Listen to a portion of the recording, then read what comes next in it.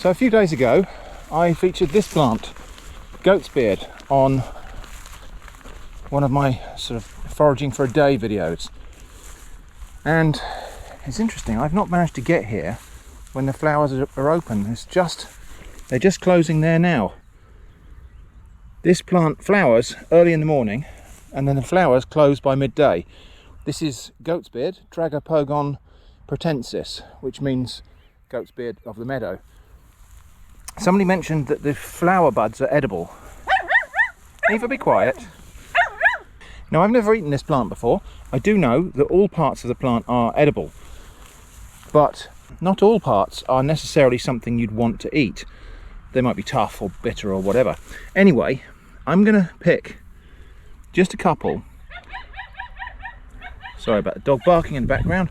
She's found herself a rock. So I'm just going to find a couple of the very smallest flower buds I can find, ones that hopefully haven't opened yet. That's definitely one there that hasn't opened yet. I'm going to take them home and just give them a little taste. Now, by taking this flower bud, I am also depriving the plant of the opportunity to flower and produce seed with that flower. So I'm also going to repay this plant by collecting some of the seeds and giving them a good bit of elevation so they can fly away. And I'm going to take some of these seeds to a different location. So there's a place up by the road where they finished building a road, and I think up there's some bare soil. So I'm going to give some of these seeds exposure to bare soil so that it has a chance to spread to a different location. I got a feeling I am just generally too late here, because nearly all of these flowers that I'm finding have already opened at least once, and that means that they're already developing seeds inside, which will make them tough and inedible. So yeah, should have done this a week or two ago. There are a few more plants to check here and there, and maybe if I can find one that's in a slightly shadier microclimate, it might be not quite so far along. Let's go!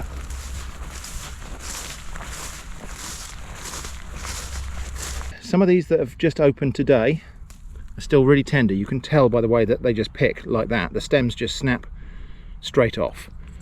Yeah, so here's a plant that's not quite so far along. So we've got some flowers that are just opening, or actually probably just closing today, but you can tell when they're going to be nice and tender because they just pick without any trouble at all.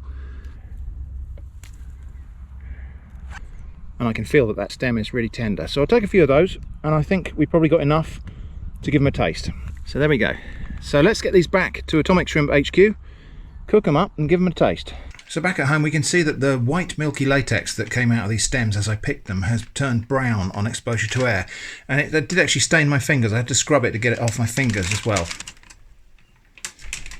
That can be washed out.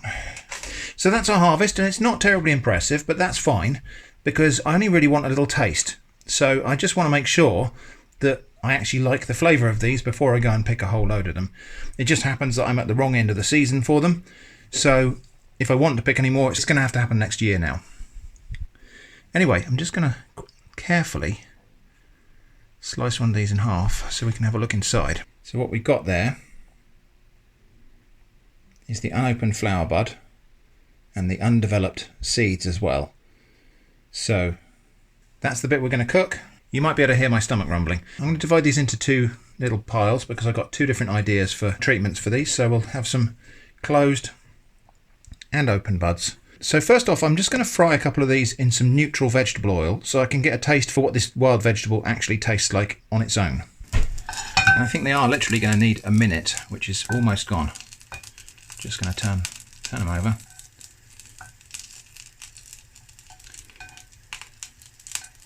Okay, that's long enough. So like I say, this is just to give me a flavour for what they actually taste like. So they've gone quite tender, and it is quite oily, but it's a neutral oil, so hopefully it won't taint the flavour. Let's give that a taste.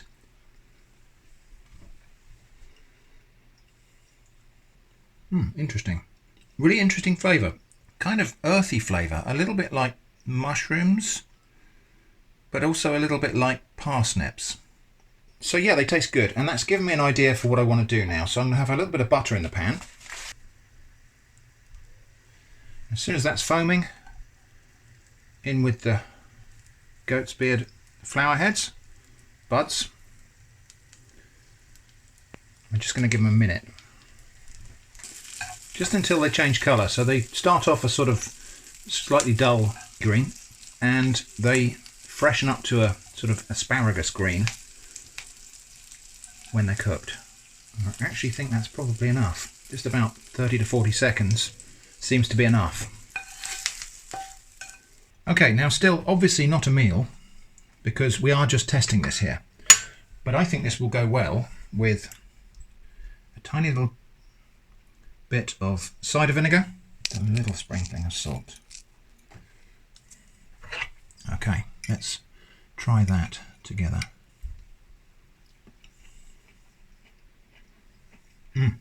That's good. That is really good. That is a superb wild vegetable.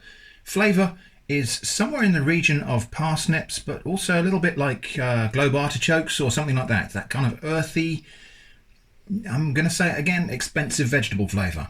But anyway, now let's have a look at what I did with those seeds I collected.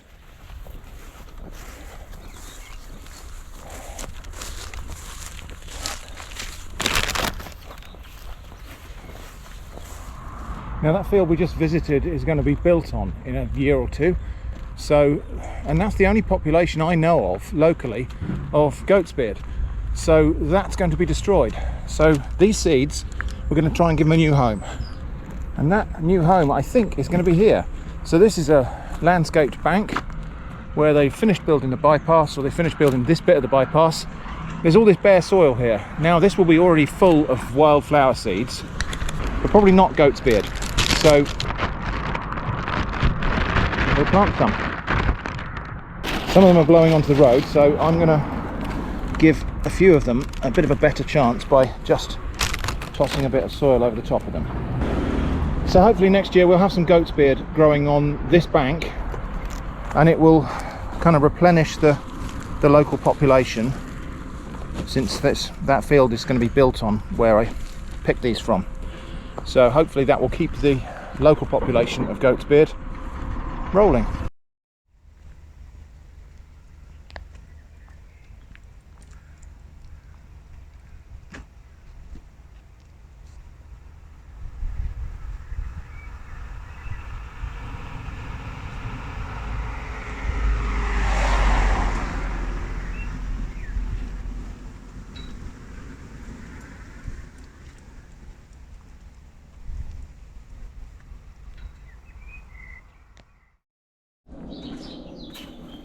I was thinking about doing a kind of one of those top 5 or top 10 videos where I talk about top 10 flowers that I like or top 10 plants that I like.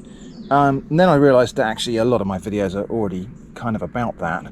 And also that would require me to go and find all of those flowers in order to make them in one video. So I thought instead what I'll do is just mention them here and there. And this is a plant I really, really like. This is called Rose Campion, or Dusty Miller, or Bloody William.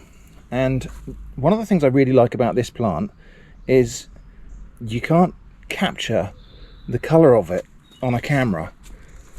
This is a plant that's so incredibly deep pink that cameras just can't represent it properly. The colour space of your monitor and my camera is incapable of properly capturing and displaying the pink of this flower. So really, if you want to appreciate this flower, you have to go and see it in person. You have to go and look at it in the real world. And I like things like that. I like things that compel you to go and experience them firsthand. Bluebells are another one, actually. Bluebells are very, very hard to photograph. And it means I have a reason to kind of get out my armchair and go and see them. Yeah, so relative of carnations. Very beautiful little flowers, actually, very neatly arranged. Look at the way those petals all just overlap each other. But yeah, you're seeing a representation of this flower which is not the accurate colour, because in reality the pink of this flower is just so incredibly deep it almost kind of hurts to look at it. It doesn't hurt, it's just one of those things where when you look at it you can't quite understand what your eyes are doing with it. There we go, Rose Campion, or Bloody William. Not to be confused with Sweet William, which is growing right here next to it. And speaking of Sweet Williams, this is the kind of normal kind of Sweet Williams. Again, a relative of carnations, and that's your kind of standard Sweet Williams. They look a bit like that, or sometimes like this with just one colour, but I really like this one here. Now Jenny just grew all of these from a packet of mixed seeds, these Sweet Williams, and you get a mixture of different colours of pink. And again, actually these are almost too pink to look at, and probably not showing up on the camera as I'm seeing them here in real life. Sweet Williams though, relatives of carnations, and of course pinks, where the colour pink comes from, usually just one colour per flower head like this, or one colour per plant. But yeah, we've got these in the mix, and I really like these. I really like the way it does that. So what happens here is the flowers open white and then gradually fade to pink as they age. And so because they don't all open at once, you get a kind of blended mixture of pink and white, kind of marshmallow colours. I really, really like that. I feel like it's just like the equivalent of really good value for money. This plant is really working hard to have a space here in the garden. It's really justifying its space that it's taking up here in the garden by producing a show of multiple different colours on the same plant. So you can see here that those flowers have only just opened, and then down here we've got a bunch with a lot more flowers on it, and the ones that have been open a lot longer are darker pink. So yeah, Sweet Williams, and especially with multiple flower colours like this, another garden plant I really like. I thought this year I might dry some of my own herbs. I've done this before, but considering the amount of herbs I use in the kitchen, I don't very often dry and preserve my garden herbs, and I thought it might just be an interesting thing to do. So I've got some sage, thyme, marjoram and winter savoury. And all I really did is picked bunches of herbs on a nice dry day, tied them up, and it's got a little bit tighter than I thought, but I might have to cut that.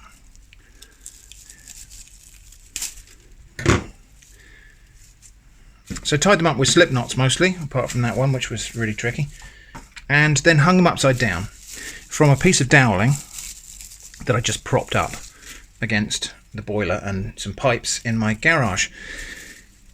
After a week or so, the herbs are like this. You can actually hear that they're crispy and dry. These are ready to process down for storage. Drying them in a shady place. Now if you dry them in full sun, they'll get too hot and it will drive off the aromas of the herbs.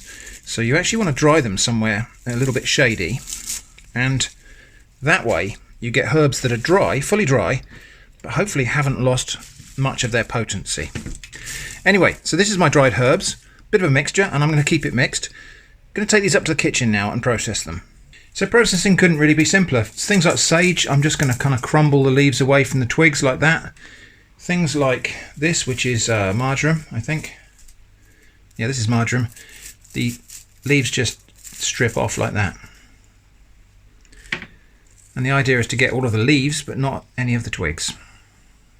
I'm not going to keep these separate because I just want to create a herb mixture that I can sprinkle on pizzas or into stews and soups and things like that, that's going to be representative of my herb garden. So these are just going to be mixed herbs. And I do find that once you've mixed about 4 or 5 different herbs from the kind of common herb family, which is the mint family, you get a mixture that kind of tastes like mixed herbs regardless of what's in it. It's a bit like when you mix fruit juice. If you mix fruit juice, by the time you get to about 5 different fruits in there, it tastes the same as every other mixture of fruit juice. Kind of. Working on a tray just really to try to not lose too much of these. I think I might have had some hyssop in here as well. I've got hyssop in the garden. I might have picked some of that to go in here, I'm not sure. But as I say, this is a kind of, I don't know, bucagani type of mix of herbs. The smell here, the aroma coming off of these, despite these are dry herbs, the aroma Oh, it's really good, really delicious, savoury, herbal aroma coming off of this. Which might not be all that surprising because these are herbs and one of them is actually called savoury. And thyme, we're just going to find that the leaves just kind of rub off the stems like that. Thyme is one of these herbs which actually when it's dried has greater sort of potency than when it's fresh. Drying it makes it stronger. This is actually a variety of thyme called Turkish thyme. I'm not sure what the actual species is. I bought it at an interesting plant fair. It was literally called a interesting plant fair. And got it growing in the garden. It grows very well here in the UK.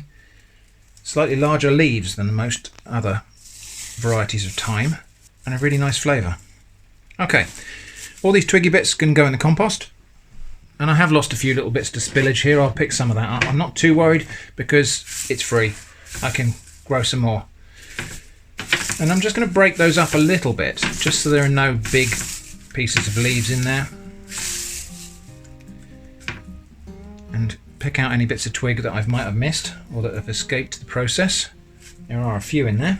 So once I've picked those over for twigs, I'm going to pack them into this little jar. This is a jar that I just saved from some herbs I bought in a store. So that jar, I just washed it out, and then to make sure it's completely dry, I stood it in the sunshine for 10 minutes. Now it's important for these to be completely dried out when they go away, or else they will, best case, ferment, worst case, rot in the jar. So there they are, homegrown, home-dried garden herbs. I think I'll make a recipe video fairly soon using some of these. But for now, thanks for watching and I hope to see you again soon.